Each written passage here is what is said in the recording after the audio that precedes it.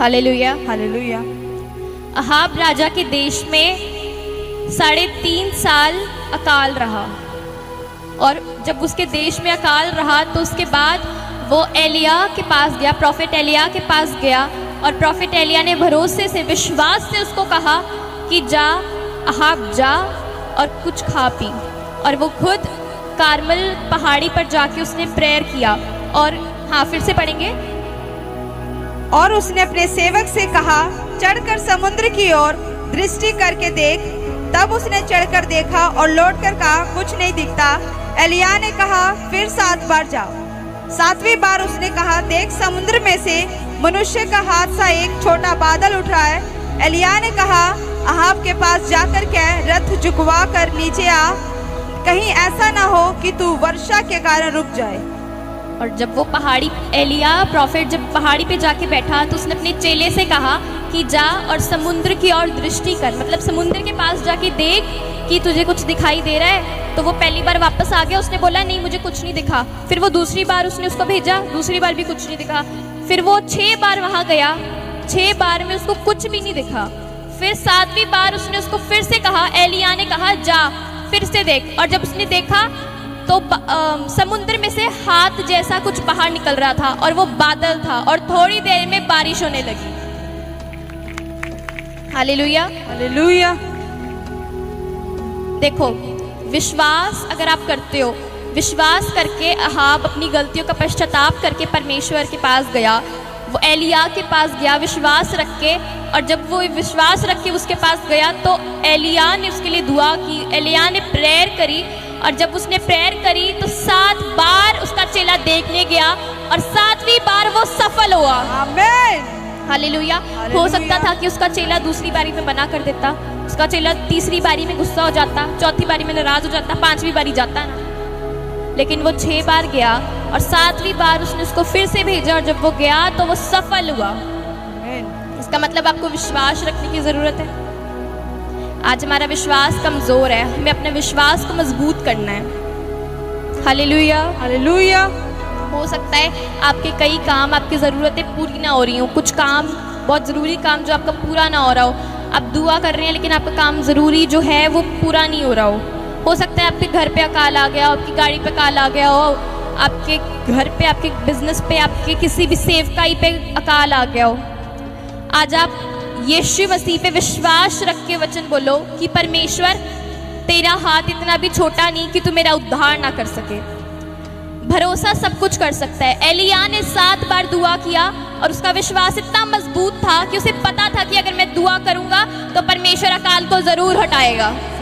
और जब उसने 7 बार दुआ करा तो अकाल सच में हट गया और बारिश होने लगी। हालेलुया। अगर आज आप विश्वास करेंगे तो आपकी हर एक चीज से, हर एक समस्या से दूर हो जाएंगे। अगर आप आज विश्वास कर रहे हो परमेश्वर के ऊपर तो आप सब कुछ जीत जाओगे। आमीन। जब कोई छोटा बच्चा रोता है ना तो उसको चुप कराते हैं, सब लोग उठाते हैं, लेकिन वो चुप नहीं होता, वो फिर भी रोता रहता है। तो जब वो जब अपने माँ बाप की गोद में जाता है तो वो चुप हो जाता है, क्योंकि उसको पता है ये मेरी माँ है, ये मेरा बाप है। छोटे बच्चे को सिर्फ अपने माँ बाप का पता होता है। उसके बाद जब कभी कभार फिर से छोटा बच्चा रोने लग जाता है तो उसके माँ बाप उसे लोरी सुनाते हैं।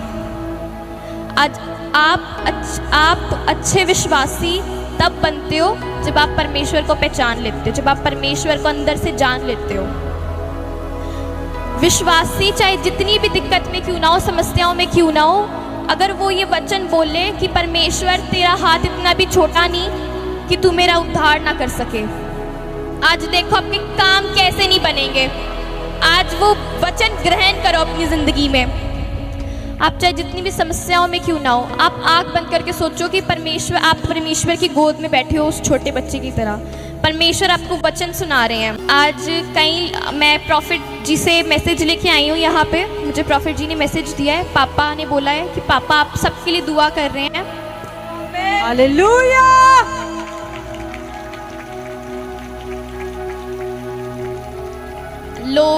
कई लोग भटक गए हैं, लोग बोलते हैं कि पापा नहीं है यहाँ पे, हम तो नहीं आएंगे, जिस दिन पापा आएंगे हम भी उसी दिन आएंगे। ऐसा थोड़ी होता है। पापा कहाँ गए हैं? यहीं पे है पापा। पापा की अनॉइंटिंग यहीं पे है। हालेलुया।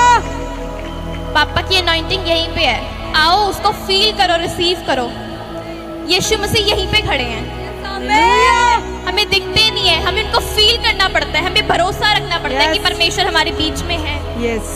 परमेश्वर के स्वर्गदूत का बड़ा चारों ओर है।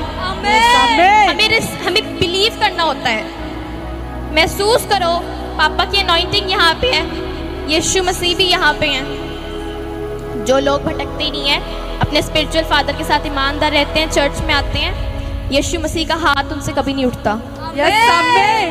आज अगर आप चाहते हैं कि परमेश्वर आपके ऊपर से अपना हाथ कभी ना उठाए, तो हर संडे, हर थर्सडे लाइव देखो, चर्च आओ, अपने स्पिरिचुअल फादर के साथ ईमानदार रहो। परमेश्वर का हाथ आपके ऊपर से कभी नहीं उठेगा। रिसीव करो कलीसिया। मेरे पापा यीशु पापा से प्यार करते हैं और यीशु पापा मेरे पापा को छुड़ाएंगे और वो मेरे पापा को ऊंचे स्थान पे रखेंगे।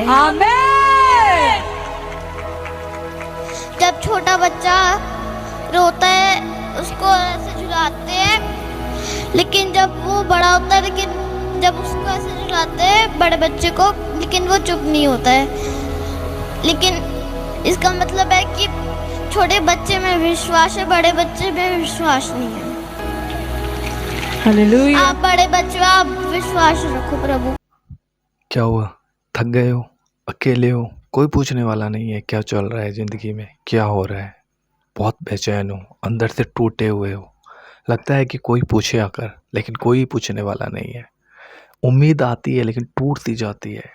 ऐसे लगता है कि बस सब कुछ बिगड़ सा गया है, अकेले पड़ गए हो, लोगों ने साथ छोड़ दिया है, हर चीज़ में निराशा देख रहे हो, दुख देख रहे हो, परेशानी देख रहे हो, अशांति आ गई है, डिप्रेस से हो गए हो, तन्हा से हो गए हो, अकेले पड़ गए हो।